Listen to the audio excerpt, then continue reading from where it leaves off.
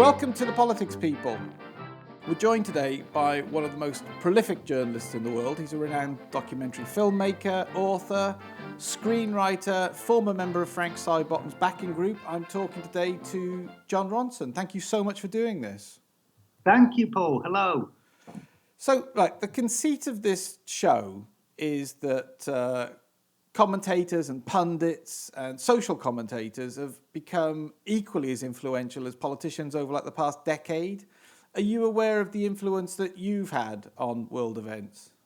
Well, I don't see myself as a commentator or a pundit, to be honest. I see myself as, for want of a better word, the word is sort of sticking in my mouth because it's a pretentious word, but I kind of see myself as a storyteller. I tell stories, and sometimes the stories take me to those kinds of areas because they often get into the realm of philosophy or social science or psychology or whatever. So sometimes the stories, particularly in my book, So You've Been Publicly Shamed, it kind of takes me into that world, but I don't feel part of that world at all.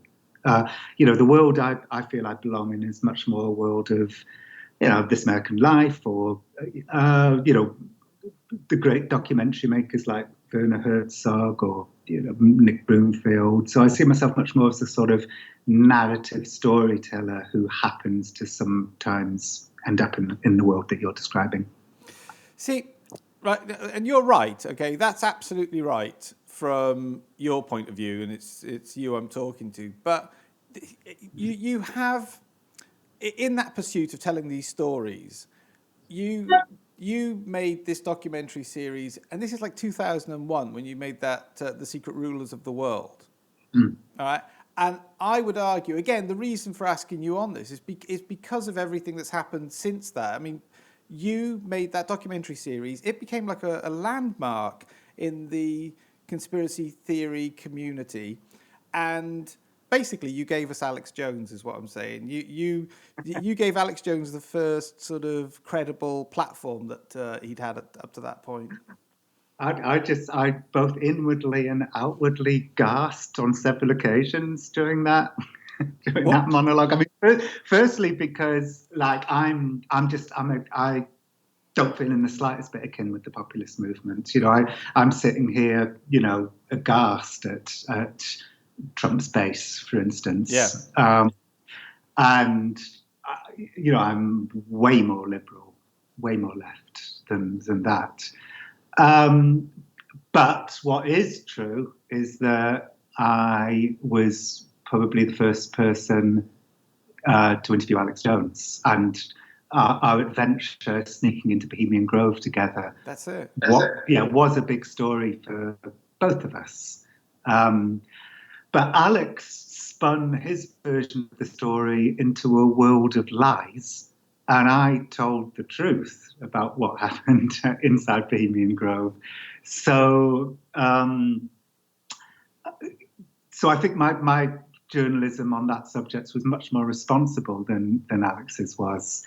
And also, Alex has spiraled over the years into a much more malevolent figure than he was when I knew him in the late 90s. I think partly as a result of money and power. But it's true. Although I do like to think, I mean, you may balk at this analogy, but I kind of think that me and Alex infiltrating Bohemian Grove, that was kind of like Alex's revolver, and 9/11 was Alex's Sergeant Pepper's, and he would have made it without me. Alex was on an inexorable rise to the top, with or without me. It was his octopus's garden. Yeah. That's the thing, really. I'm not trying to. I wasn't trying to suggest that you made this to have this subsequent effect. This is the thing with you. You're so ahead, and certainly with that topic, you were so ahead of even technology. See, this is the thing. It had the internet. It had social media not boomed. This was pre-Facebook, for instance. This is 2001. I think you made that series. No, earlier. I started making that show because it was mainly for my book Them, but then slightly cheekily to fund them, I made a series of documentaries for Channel 4 in the UK, and that was The Secret Rulers of the World. But the whole process, it was like 4 or 5 years. It kind of Wow. started in 1986 and ended around 2000, 2001. Yeah, it's true that I did notice something was happening before other people did. Mm. I part of the job of of a journalist or a writer is to if you catch something, if you notice something, it's really easy to just let it go and it just evaporates into the ether. But what's really good is if you can clutch hold of it. And what I've noticed, I've made a documentary about militant Islamists in London called Tottenham Ayatollah. And then about a year after that, I made a documentary called New Klan, which was about how the Ku Klux Klan was doing an image makeover and trying to be more politically correct. And what I noticed when I was doing those two stories was that at one point when I was doing each of those stories, somebody said the same thing. So one of Omar's people said, "Did you know that there's a shadowy cabal secretly ruling the world from inside a secret room?" Wow. And then I thought, oh, all right.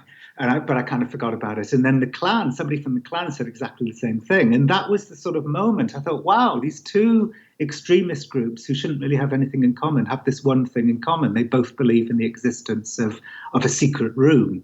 And obviously, those theories go back to the 1890s, to the publication of the Protocols of the Elders of Zion, which, by the way, anybody who thinks that the Protocols of Zion may not be a forgery, you only have to read it. I mean, it's nuts. It's like, it's got Jews saying the weapons in our hands are merciless greed, vengeance. We won't rest until we've established our international super government. I mean, the fact is, if some Jews do possess merciless greed and vengeance, and I know I do, we'd never write a. What I'm saying, the point I'm making is that the Protocol Society is very clearly a forgery. There's no doubt about it. But I clutched hold of that. I thought, wow, both Omar and the clan believe the same thing, in the existence of a secret room. And I think, to blow my own trumpet, I think I realized that there was a relationship between extremism and conspiracy theories before most other people realized it. And so I sort of ran with that. And that's how because obviously my next thought was, as a kind of narrative nonfiction storyteller, is, okay, if there's a secret room, wouldn't it be fun to hook up with extremists and conspiracy theorists, and we'll go around the world and we'll try and find the secret room, and then we'll get in and confront the global elite going about their covert wickedness. Because I just thought, well, that'd be fun. I didn't really think any further than that. You're always looking for some kind of journey that is going to be fun. So then I thought, well, the problem with most conspiracy theorists is that they don't do anything. They just sit there like very lazy Miss Marples. So I wanted to then find conspiracy theorists who are actually quite gung-ho and go out and do something. And that's how I discovered Alex. It's actually interesting that you bring up the Protocols of the Elders of Zion, because I would say that there's a similar thing happens in that conspiracy community. And I'm not trying to labour the point, but I think that your documentary, because it's a documentary, it's kind of that Homer Simpson thing, is that, oh, documentary sounds classy, and the fact that Protocols of Elders of Zion, oh, book, it must be a classic. And it I don't know whether, is that the Heisenberg effect? I don't know, but it certainly affords it credibility just because of its mere existence in a format that is credible. Well, it's interesting that you should say that, because I think that's what happens kind of in culty bubbles all the time. Yeah, absolutely. They give something more from. I mean, that's what happened with Pizzagate, right? I mean, somebody said, "Well, and then suddenly it's a thing, and then everybody goes, "Oh, look at this thing," So they a sort of credibility to something that isn't credible then happens within a bubble of like-minded people, and then they all start to believe it. That's right, and up until then, it's a very everything is just sort of scrappy kind of fellow travellers, half-heard theories shared among the group, and then, as I said, something comes along and crystallises it, and it could have crystallised it in many different ways, but it becomes. What's it? It's the Liberty Valance thing, isn't it? When the legend becomes fact, print the legend, isn't it? It's just like. Yeah, but it's all. But I suppose I'm trying to think of other examples. It's like. I remember oh God, I know, I'll forget. There was a line in them where I sort of go that way with David Icke, where like he finds something. I think like a Zulu elder told him that world leaders were actually reptiles who've adopted human form. And David Icke was like so excited about that, he went looking for confirmation. He didn't go looking for evidence one way or the other. He went looking for confirmation. And of course, when you go looking for confirmation, you'll find it, because that's called confirmation bias. Yeah, you. It's just that particular thing, and as I said, I promised I'm off this then, but I would say I think you're absolutely right. Every group, every cult, it behaves in exactly the same way. That sort of group dynamics behaves the same way. It's just that at that point in history, that's the group that you picked. It's just Yeah. before social media. It goes out on Channel 4, and it just had this second and third and fourth life, if you like, as kind of rocket fuel, because it was able to have a second, third, and fourth life because it's coincided with the beginning of peer-to-peer communication and social media, etc. Yeah, and I do feel quite proud of the fact that I did predict Yeah. it, or that story does predict it. So I'm proud of that. I mean, obviously, if my work was ever misused, um, then that's bad. But then again, my work's been misused plenty of times over the years. It's the fact of it. I mean, say you've been publicly shamed has been weaponized by both the left and the right, and used in a way that wasn't intended. So, I guess you just have to think, well, you can't control that kind of thing. Well, yeah, you're going to be. It belongs to the ages, doesn't it? You've, as you've described, you've plucked it out of the ether because there was just something there that others might have ignored, and it's like you've just reported it, and what life it then has is kind of out of your control after that. Yeah, I mean the worst thing. I mean, I'm being completely honest. Paul Joseph Watson said that he wanted to join Infowars because he watched my Bohemian Grove film with Alex, and instead of the message that I felt the story was promoting, which was that yes, Bohemian Grove is really interesting and really odd, and really worthy of chronicling, Alex spun it into fiction. Alex said that we might have witnessed an actual human sacrifice at Bohemian Grove. Plus, Alex said that he overheard two old men at Bohemian Grove whispering to each other, "Yeah, we're going to get him elected."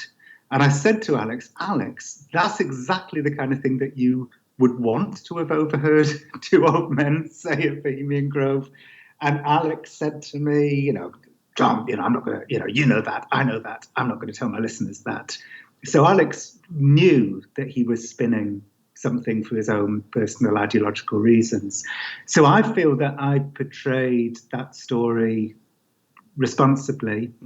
But if Paul Joseph Watson watches that documentary in a different way to the way that it was intended, and then went off and became an Infowars reporter, there's kind of nothing I can do about that. Well, quite, yeah. Well, it's like that old thing with loads of money, wasn't it? I think Paul Whitehouse and Harry Enfield killed off loads of money because it was supposed to be a satirical character and Right. became an icon of excess in the 80s. And they just like loathed their creation and made sure he actually died in a special. No, he's dead. Yeah, you can't, I mean, you can't possibly take responsibility subsequently, but it is fascinating to me that, that you picked on something that has gone on to have such a huge, profound effect. And it's like I saw the Paul Joseph Watson quote, and I think he speaks for. I mean, you'll get one person like him who has enough momentum, if you like, or motivation to create a channel and to actually become a broadcaster in his own right. But there must be thousands of people behind him that were taken a similar influence from those docs, if you like, from that work. It is the current modern age, and I don't think any of us could have seen that coming. In 2001, that felt like a fringe documentary slice of life. I hate to use the word gonzo, but slightly gonzo. Piece of journalism.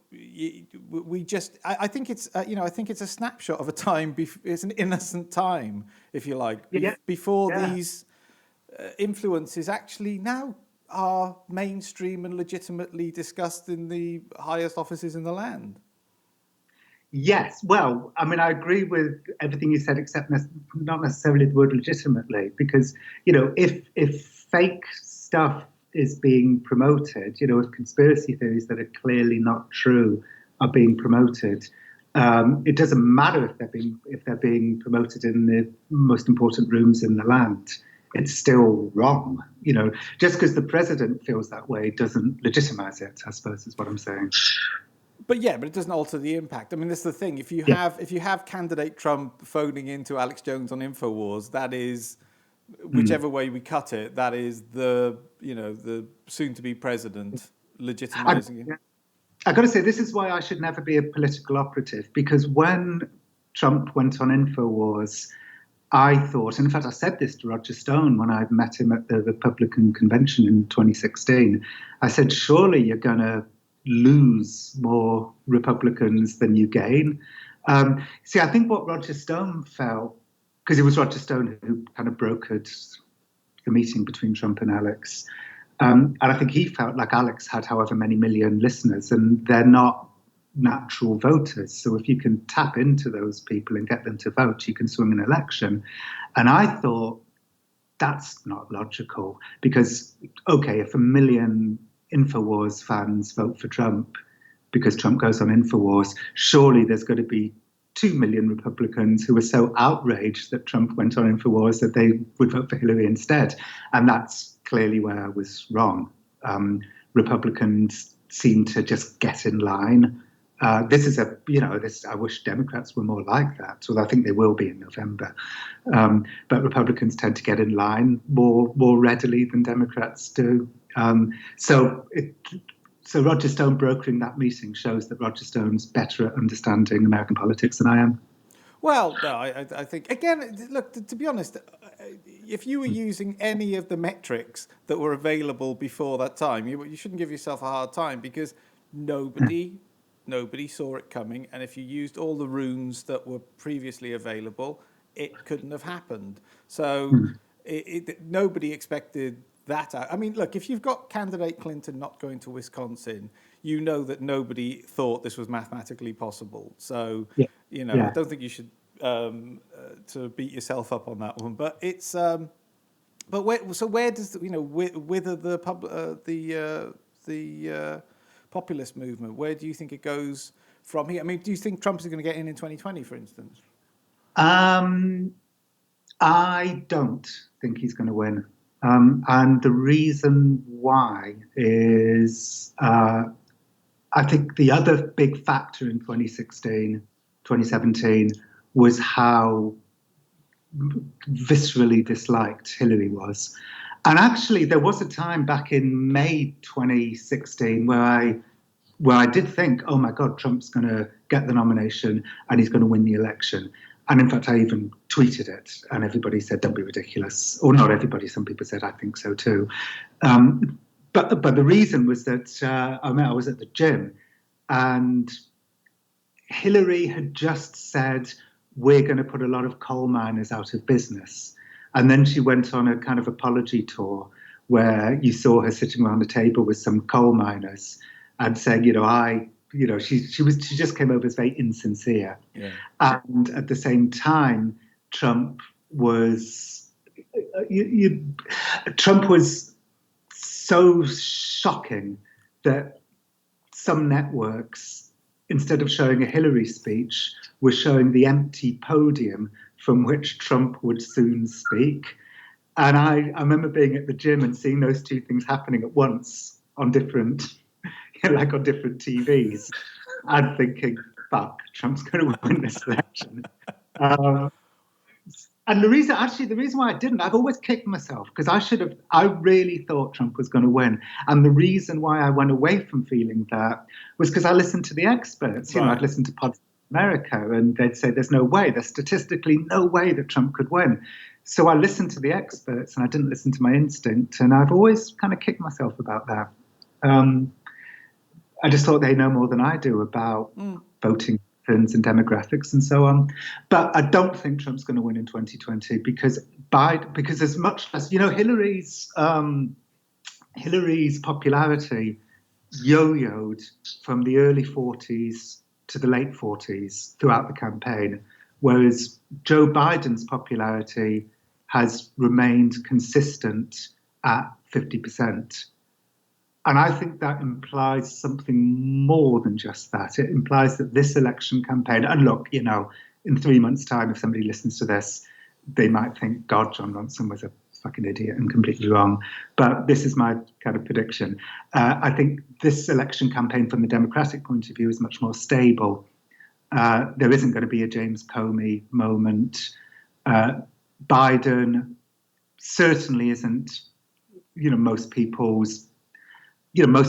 would, I think, most Democrats would hope that somebody else had got the nomination and not Biden. But the fact is, most people in America now are single issue voters, and the issue is getting Trump out of office.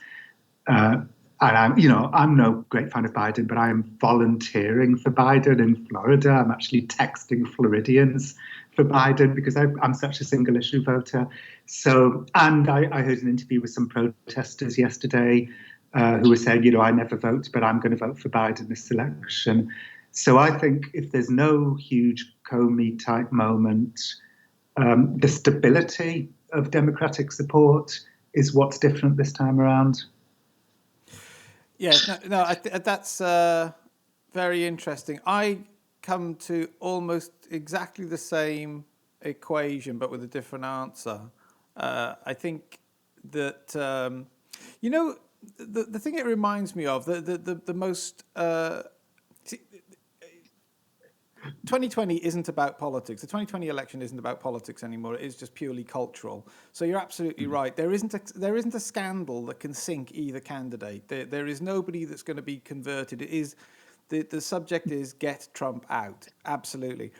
And I think in a very it wasn't quite as febrile, but the George W. Bush second election when he was against Kerry. I think the popular vote for Bush in that election was something like the highest popular vote ever recorded at that point. I think it was like 62 million at that point. And the second highest popular vote, I believe, this could just be mythology, but was Kerry. Kerry actually got the second highest popular vote ever because it galvanized absolutely everybody's base to finally go out and vote. I think that this is my barroom nonsense. I think that there are a bunch of people that sat at home wearing MAGA hats in 2016 that didn't vote because they don't traditionally vote, didn't think that he could win, but wore the hat in support, if you like, but didn't, because you know what a palaver it is to vote in the US anyway. You know what I mean? It's an exercise book of constitutional changes, etc. You know, you get all those Proposition X's and whatever. So I think there's a load of untapped Trump voters who this time, in the same way, see it the reverse as a culture war as opposed to a political. I think they're gonna come out. And you think Trump will get re-elected? I do.